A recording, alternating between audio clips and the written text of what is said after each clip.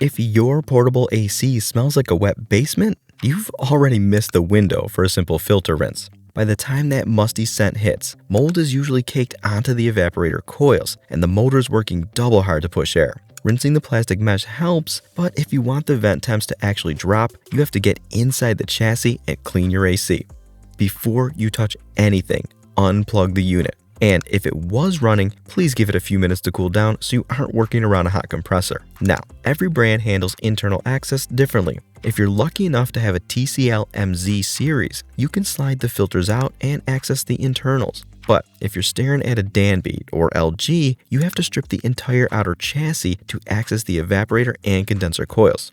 So, grab your screwdriver, start removing screws, and keep track of where each one came from. Locate the intake filters on the side or rear of the chassis and slide them out. For light maintenance, a quick pass with a vacuum brush attachment is usually enough to clear the mesh. However, if the dust has matted into a gray film, rinse the filter under lukewarm water until it runs clear.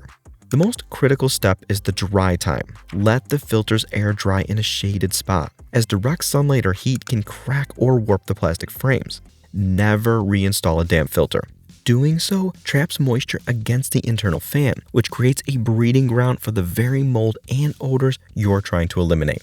With the filters drying, turn your attention to the coils. Switch to your softest vacuum brush. You have to be extremely careful here. Those aluminum fins are thin, and if you crush them with too much pressure, you'll restrict the airflow.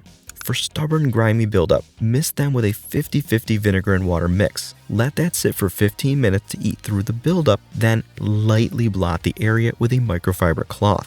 Reassemble the unit only once every component is clean and bone dry. Work in reverse order, ensuring each panel clicks into its tabs and sits flush before driving the screws.